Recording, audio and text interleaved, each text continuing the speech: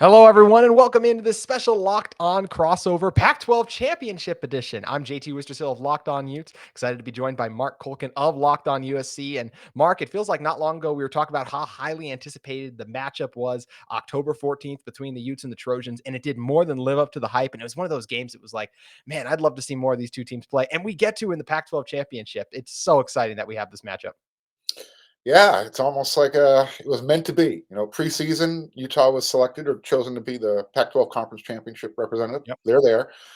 Uh, Took a little bit of outside influence to get there, but congratulations. And USC, they're going back for the opportunity to figure out if that 1 point loss is legit or not. Yeah. We're gonna play it in a different location. Yeah, it's fun. Neutral site. It's going to be interesting. I'll say I know Utah released that they already sold out their ticket allotment. How well do you expect the Trojans fans to travel for this one? I think Utah is probably going to have the bigger crowd. I saw that yesterday that Utah had already sold out their allocation. Mhm. USC will represent. Yeah. Um, I, I just think Utah will have a better crowd there. Yep.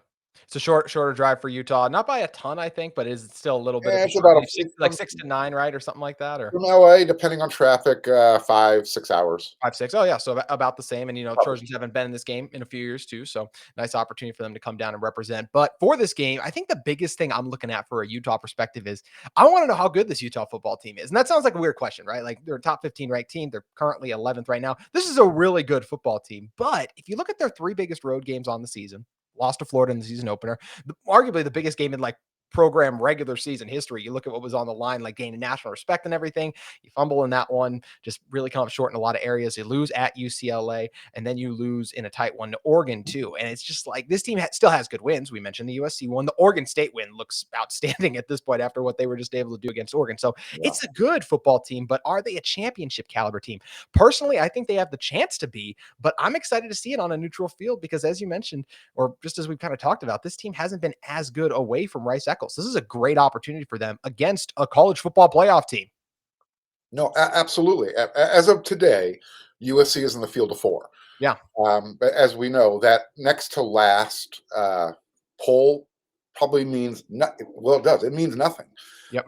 because you have the honor of playing the conference championship game, but if you lose, you're literally out of the playoffs, I know. and teams who aren't playing get to slide up on in.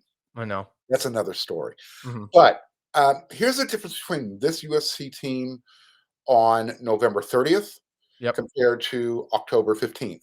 Mhm. Uh, Going into that Utah game, they were undefeated, Yep. but they still, that Oregon State game, it felt like a good win, Yeah. but it hadn't proven itself out till now. That USC team then was still trying to figure out, do we believe we are this good? Well, they believe they're this good. They're actually getting healthier as the season, as we get closer to this game. So, we talked about this on the Inside the Trojan Huddle podcast on WeRC.com. Is if USC is to play the exact same way they played at Rice Eccles, and you pick that game up and you move it to Las Vegas, and you take away some of the weird stuff that happened in that game. In other words, Eric Gentry not available at the end of the game, Shane Lee playing with a club fist, Jordan Addison not being available in the second half, Mhm. as well as some of the officiating that went Yes. on. It's not great. What does USC lose this game? So and again, so assuming USC played the exact same way on a neutral site, I think USC feels really good from a confidence level compared to where they were in October to where they are today. Yeah, that's a really good point, and it's an exciting opportunity for this Trojans program. Lincoln Riley in his first year. I'll ask you this really quickly. I mean, I think as Utah fans, it's hard to say expected, but I mean, we really did expect to be back in the Pac-12 championship just with how many starters were returning. The goal was college football playoff for a lot of people, just because you look at it from the standpoint of you win at Florida, you anticipate one conference loss, and then you repeat as conference champion. One loss conference champions almost always get in to the playoffs. So at that standpoint, I think that's what a lot of Utah fans expected. So we're happy to be back in the Pac-12 championship. It was unfortunate. I think this season in some ways was a disappointment because you didn't control your own destiny. If you are Utah, you needed that help to get in, but no matter what, still have a chance to make the most of it because now you're here and you have an opportunity to go in and win. How impressed are you by Lincoln Riley and this team to already turn it around and be in this position in his first year with the team? It's there's not enough adjectives to describe what he has done Mm, in a 1 year turnaround. I I've been around this game for a long time. Um, Pete Carroll came close, but it took him a year to yeah. go from 6-6 to 10-2. I mean, Lincoln Riley's come in and taken a 4-8 team that literally, what I was saying, they didn't have the confidence yet. He had the advantage of the transfer portal, Yep. and all of a sudden now you're 4-8 to 11-1. You're in the playoffs. Yeah, it's what he's done is beyond impressive. I mean, after the season, I'll be able to sit back, reflect, and go, "Wow." Yeah. Because even if he was to lose this game, it's still a great season. 100%. So it's just not as great of a season. It would be a hard pill to swallow to go this far, only to have Utah say, "You know what? We were chosen to be the Pac-12 champions for a reason in the preseason, and we're going to make sure we finish that mission statement." Now, to me, you brought up the point. It's interesting. Kyle Whittingham and Utah away from Rice Eccles, they're a different team. Yeah. Um, is he going to be more aggressive? Is he just going to let it all hang out? Mhm. Because, you know, again, there's a lot riding on the line for USC. You guys want that Rose Bowl bid, the conference championship. USC, they've got the Heisman, the playoffs, the national championship, as well as everything else the nation watching and saying USC is back. So, is Kyle Whittingham going to change his stripes on the road this time? Yeah, that's one of my keys to this game is I feel like Andy Ludwig, Utah's offensive coordinator, has to be aggressive. We saw things like Cam Rising going out for passes and Devon Bailey throwing him the ball. We didn't see conservative. I mean, this team, if they get in like 3rd and 6 situations, unless it's 4 down territory, you can't be running the ball. That's something this team has done in a couple instances this year. And it's just really hard to pick up 6 yards on the ground. So you got to be aggressive. You got to go after it. You can't play not to lose. You have to play to win, even if you're able to get a lead. I think my other key to the game is you have to start fast if you're Utah. That's something this Utah team has really struggled to do this season. Even at Colorado, they didn't score on their first drive. Now, after that, they didn't really have any problems, but this is a different animal in USC. We saw Utah fall behind 21-7 against the Trojans. The Trojans made it look so easy early on. Utah really can't afford to go 3 and out to me their first drive. So let's say USC starts with it. If USC scores, Utah 3 and out, scores again, just really hard to beat a team by when they're leading by 2 touchdowns 2 times in a row on the season. I really feel like this Utah team has to start fast. They don't need to be leading by the first quarter, but even anytime there's a 2 touchdown lead, I'm going to get a little nervous. But even if USC is just up by a touchdown, I think that's great. If Utah's up by a touchdown, in a good position. But to me, Utah just can't fall behind big early because it's just really hard to have that kind of Herculean effort you had last time. Even though this Utah defense is playing really good, I actually don't expect this one to go in the 40s. We can talk about that a little bit later. But when you got the Heisman quarterback on the other side, it's going to be hard to stop. So this offense has to start fast and be productive. Those are my biggest keys to the game. Here's maybe you can answer this question. I've been dying Yeah. to ask. So, since that game, Cam Rising hasn't had a similar type of game that he No, had he's against he's Griffin. been hurt. He's like 80, 90-ish%, but you can tell by some of those missed throws too. He's got a massive knee brace on. And I know a lot of people are banged up late in the season, but he's just not the same guy right now. There's something off there, even if he's close to himself. And that's the key to my question Yeah. is what makes him so special is that when he can't make a play with his arm, he was able to make a play with his legs. Mhm. Well, he hasn't had a rushing touchdown since that game, nor has he rushed for Yeah. more than 45 yards. So all of a sudden, USC's rush defense as the season's gone along has gotten better. They stuffed Zach Charbonnet at UCLA to less than Yep. 100 yards. They stuffed the entire Notre Dame offense to less than 100 yards last week. So, and I understand Tavion Thomas isn't playing. Yeah, So, Tavion's gone. He declared for the draft actually, had a toe right. injury, so he's gone. So is Mackay and Jaquindon Jackson? Jackson. Yeah, there's a couple of Utah backs. So there's some good backs here. We're both down our top back though from what the season perceived, but Well, Jaquindon has looked really you good. can't tell the difference with USC being down without Travis Dye and Austin Jackson right That's now. fair. Austin Jones, excuse me. Yeah. So And Tavion hasn't lived up to expectations this year. He fell short. So that's it's kind of a similar situation for both teams. the long question I'm spitting out here is Cam Rising as dangerous considering everything I just mentioned? I would say no right now. And that's where I think it's good that this Utah defense is. I expect a performance more similar to the second half we saw. In the first half, they gave up over 300 yards against the Trojans last time they played. In the second, held them under 200. It's good. Look, it's a tall task anytime to slow down this offense, but I do have more faith in this Utah defense not to get gashed as early as they did and be able to hold in tough, because I don't think the offense for Utah is going to be able to march up and down the field for touchdowns through 4 quarters. Maybe we get into the fourth and Utah can rattle off 3 touchdown drives, something crazy, but I don't think they're going to be able to keep that up, because right now Cam is not the same guy. And look, he looked good against Colorado. Marc, you could look good against Colorado right now, Sure, basically exactly. with the position they're in. So it's going to be interesting to kind of see and watch how it does all play out, because as you mentioned, he's not the same guy, at least in the last few games we've seen. Yeah, hopefully hopefully you guys aren't rope-a-doping us right now. Yeah. So we'll find out. It'll be fun to see. We're going to come back and talk about some of the key matchups to this game in a moment. But first, want to talk to you guys about our friends at BetOnline. BetOnline has you guys covered with more props, odds, and lines than ever before. It's your number one source for sports betting info, stats, and news and analysis. You've got pro football, pro basketball, college basketball, the World Cup. How about Team USA? Esports is even on there. They've got it all at BetOnline. And if you love sports podcasts, you can find those on BetOnline as well. We're always the fastest and easiest way to get your betting fix. Head to the website today or use your mobile device to learn more. BetOnline, where the game starts. Fitting too, Marc, that this game is going to be in the betting capital of the world in Las Vegas.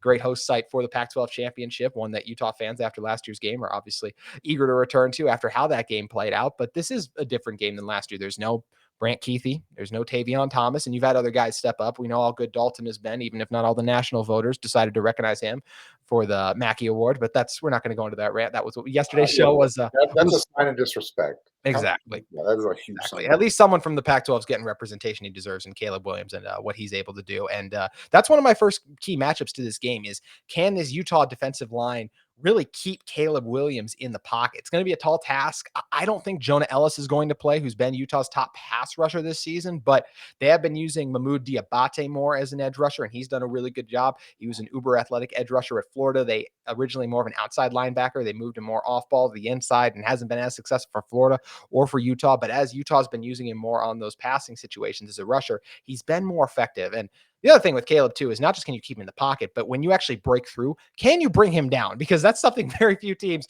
have been able to, really no one's been able to do this season. He is the most slippery quarterback in college football. And when the play breaks down, he's at his best. And he made a couple of unbelievable throws at Rice Eccles last time when he was being flushed out of the pocket. There was one throw in particular. I remember he was rolling to the right and just threw it down the sideline. It's just a perfect throw that most quarterbacks couldn't even make if they had their feet set. So containing Caleb is really tough.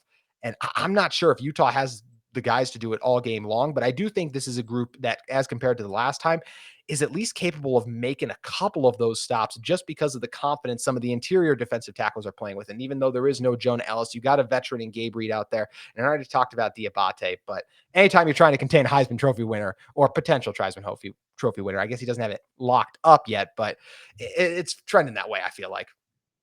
Yeah, no, you'll be playing the 2022 Heisman Trophy winner this Friday. Uh, I would be shocked if anybody else wins it. But to your point, yeah, everybody's tried. The thing about Caleb is his internal clock, his instincts, his ability just to spin out of trouble, Yep. and then just to keep the plays alive. Sometimes to his detriment, he'll hold on to the ball too long. Yeah. So that, I guess that's the key, is that you can't have somebody just spying. Everybody's got to have one goal is, hey, Caleb, get Caleb. Because, yeah, he will. It's almost like he was born to embarrass people. And I like that. he has that ability when he's on the football field to, he looks like he's taking on 11 guys at one time. And he's pretty successful. Very successful. What for you? What's the biggest key you're looking at in this game, matchup wise? At least coming from Utah, stopping the tight end. Yeah. There were some incredible throws and catches the last time they played. And the other key, tackle at the point of impact. It's one thing to let a guy catch 16 passes. It's another thing to let him have about 100 plus yards after the catch. For a tight end too is crazy. Correct. And so, again, I think Those are the two keys. Watch the tight end. We talked about, Cam Rising, containing him, and then tackle better. Yeah. And Dalton, to his credit too, he does lead all tight ends in yards after contact. So he is genuinely really good at it. But for this USC team, I got to imagine they're really going to be keying in. How do you think they plan on trying to stop the guy who, I mean, he had a historic game last time. It was the most one reception shy, I believe, of the most receptions by a tight end in FBS history. Actually, obviously set the Utah tight end record for yards. And it was just an unbelievable performance. It really was the Dalton Kincaid game in a lot of ways. It's really weird because last week, Notre Dame, they have a pretty good tight end Yes. as well, Michael Mayer. And Yep. while he wasn't as successful as Kincaid, he still had a lot of success. Mhm. So whether it comes down to scheme, I'm not sure what it is. Just being a step out of place. There's enough film to watch. At this point, Alex Grinch the USC's defense coordinator, he can coach these guys up and get the message across and say, "Go do this." Mhm. At a certain point, the guy's got to do this. Um, yeah, I see a much different game this time around. They don't Oh, like to use it. They don't want to use the term a revenge game, but I know for a fact, talking with some people after the game, um, they took this game personally because they felt like they didn't so much get beat as much as they gave it away. that's fair. In a lot of ways, they did really inflict themselves late. And look, Utah had opportunities late to march down the field and score, but had They USC did. done some things differently early on in that game, it would have been a different outcome. So I definitely understand that from those players' perspectives. I want to flip it over really quick, talking about the Utah offense versus this USC defense. For me, the biggest key is USC's defensive line at the time coming into that Utah game led the nation in sacks. They actually didn't sack Cam once last time. A lot of that credit goes to the offensive line, and also credit goes to Cam for being more mobile this time around. So if the Utes can really keep Cam upright for the majority of the game, I do expect Cam to get dropped once, maybe even twice. But anything more than that, I think, is where you start getting into trouble in this one. And I know someone who was very frustrated was Tooley last time around because he had to leave the game early. So this is going to be a fun matchup between these two groups. Utah offensive line really starting to play better as of late, but this is the best pass rush they've played in a while. This is a much improved group, even against a team like the Oregon Ducks, who just haven't gotten after the quarterback Right. at a high level. So I'm excited to see how the O Block can hang in against an elite Trojans pass rush the second time around. I know Thule is looking forward to this game. Like I said, You could see in his eyes after the game in Rice Eccles, he was already ready for a rematch. he was hot. Mhm. So Lincoln Riley said this isn't a revenge game. After last week's game, when Thule was said, "Hey, who do you look forward to playing in the conference championship game?" He actually used the term revenge game if Utah was the team. So um, they've been doing things differently with Thule since that game. They've been moving him around. He's Which is not smart. as yeah. So it'll be interesting to see if Utah's O line can find him all the time. And again, as I mentioned, USC's front seven has gotten significantly better since that game till Yep. now. So it's Thule is still the guy, but there's other players who are starting to make life a little bit easier for him to lead the nation in sacks right now. So 12 and a Yeah. half. And I mean, it's an extremely impressive number. And I really think with Tooley too, they're going to try to get him in one-on-one opportunities a lot over Utah's right guard, Michael Mokofisi. He's been kind of the weakness of this offensive line overall on the season. Last time, actually, Mokofisi got hurt in the game against the Trojans, and it ended up being Jaron Kump, who actually still struggled in that game despite Utah's success. So, got to imagine they'll try to get him in those isolated situations, which a clever defensive coordinator like Alex Grinch is going to be able to. So, we really talked about the front seven, but and look, when you're on the blame totem pole for USC's last loss to Utah, the guy at the very bottom of that was Caleb Williams, who was unbelievable in that game. You mentioned no Right. Jordan Addison out there too, but this is a really good Utah secondary still. It's the best in the Pac-12. Actually, all the defensive statistics, Utah leads most of them too. Do you think we'll see more of what we saw in the first half, the last time the Trojans played the Utes, those 300 yards and a half? Or do you think it'll be Utah's going to get more of the second half production because that defense is better and the Trojans defense will play better too, that we're going to have a little bit of a lower scoring game this time around? I think it depends on I don't know. It depends on the health of Clark Phillips. He's a Yeah. guy you know who who makes your secondary Mhm. better. Uh, I think you're going to see more of what you saw in the first game. Not because there's In the more. first half? I think you're going to see it for the entire game in the first game. Yeah. Gotcha. Yes, yes, Mhm. yes. Thanks for yes. I think you're going to see the full Caleb Williams package. You're going to see the 300-yard passing. You're going to see the ability of him to extend the play with his legs. But again, Jordan Addison is healthy. Mario Williams is back healthy. Taj Washington, Kyle Ford. There's a lot for the Utah secondary to contain. Mhm. Oh, yeah. So yeah, I think you're going to see more of the same. There's a Utah's defense is really good, but USC's offense leads the Pac-12 42 and a half points per game. That's what, third in the country, Yeah. first in the Pac-12. So it's kind of strength against strength, and we'll see Mhm. who wins that arm wrestling match. It is going to be a lot of fun, and hopefully Jordan Addison is good to go for the entire game because we know what a critical cog is in this offense. And once again, just draft nerds love these kind of games. Clark Phillips versus Addison. Clark, I don't remember if there was actually the reason stated, just escaping my mind right now, like why he didn't play against Colorado. But from what I've heard, he is going to be good to go against USC, which is good. I mean, you want these two teams to be best on best. That's what you Absolutely. want it to happen, and I think that's where Utah too, where they want Addison to play the whole game because they want to look good beating a team like this and having the opportunity to return to the Rose Bowl in this scenario. I think the last thing, and you've talked a lot, you think Caleb's in for a big game too, but what kind of performance do you really think he's going to have on this championship level stage in with an opportunity to he's got the Heisman, but I think if there was a disaster of a performance, he could give it up. I don't expect that from him. He's gotten to this point for a reason, but what do you expect from him in the biggest game of the season? So I do have to caution and remind everybody, he is still a sophomore. I mean, he's Crazy. still A a true sophomore. True sophomore. true sophomore, correct. So he is still young from a maturity standpoint. And, yeah, he's played in big games before, but he, this is a, he hasn't played in this game yet. And, young players tend, when they are special and they know they can do things, sometimes they try and do too much. And so you hope that, Caleb doesn't try and play outside of Caleb, I guess. Yeah. Don't turn into the anti-hero. Don't turn into like Deadpool Williams and just make a mess of everything, even though your intent is good. Yeah. Everything you're doing is just turning into a bloody mess. Don't do that. So far on the season, he's had 3 interceptions all year long. Offensively, the team has not fumbled the ball yet.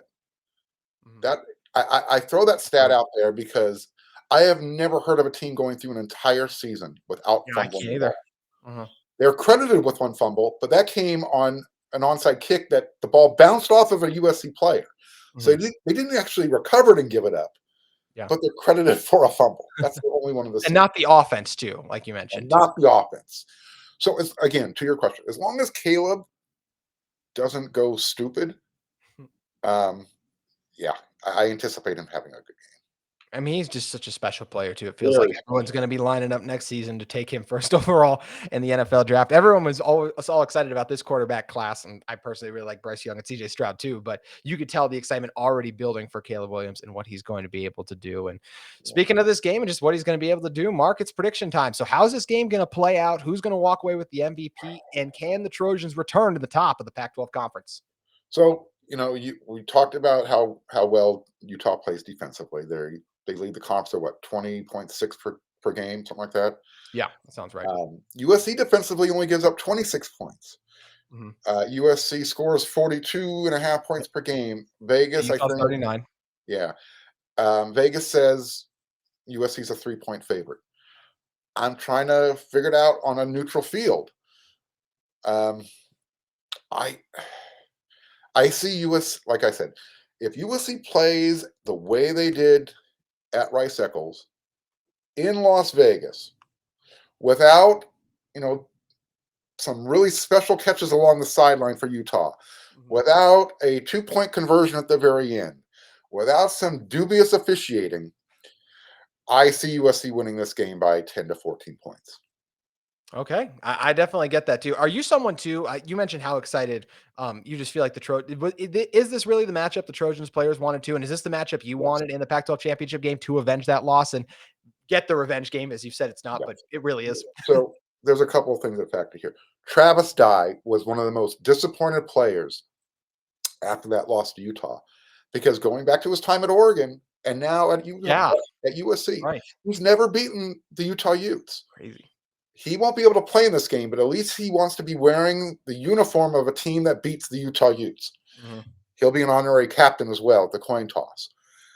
And again, just the fact that they are 1 point away from being unblemished right now. JT, you've been in a locker room before. Maybe, I don't know. Have you? Yes, high school football, Okay, yeah. so that goes. Yeah, they want that game back.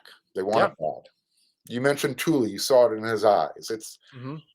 Caleb is Lincoln Riley. He might coach speak his way. Say it's not a revenge game.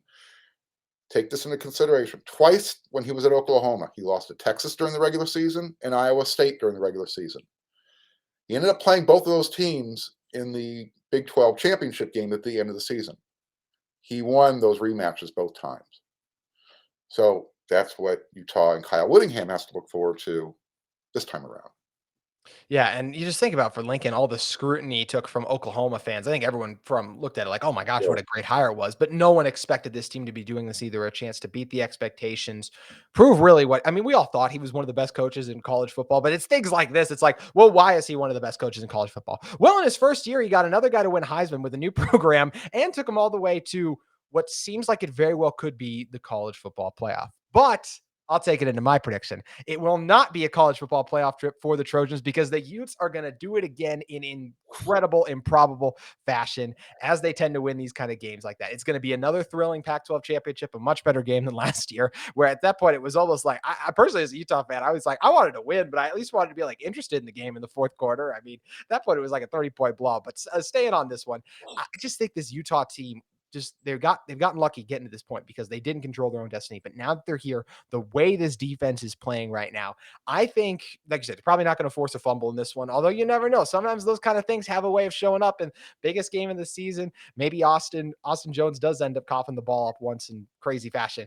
I think the Utes get one big turnover in this game, whether it's an interception or a fumble that really turns the tide for Utah. I think Cam Rising is really good in this game. I don't think he's as good as the last time we saw him, but I think the biggest thing we're talking about with Cam is he made really clutch throws late. I think he's looking back at that Oregon game. I think there's so many opportunities on the season. The Florida game's not on him, but at the end of the day, he had a chance to win it on the final play and threw an interception. All those things are in his head. Two of Utah's losses are really in part. I mean, and he wasn't outstanding against UCLA. The defense was really bad in that game. But either way, this is an opportunity for him to have a huge game in one of his final games as a Ute, because I do expect him to go pro after the season, even though I don't really know what his draft stock's going to be. But I really think Cam steps up, makes a couple big plays. I think the Utah offensive line and the running game are able to get going a little bit in this one too. And I think Utah's able to play their brand of football. It's not going to take an improbable comeback. I think this will be a back and forth game.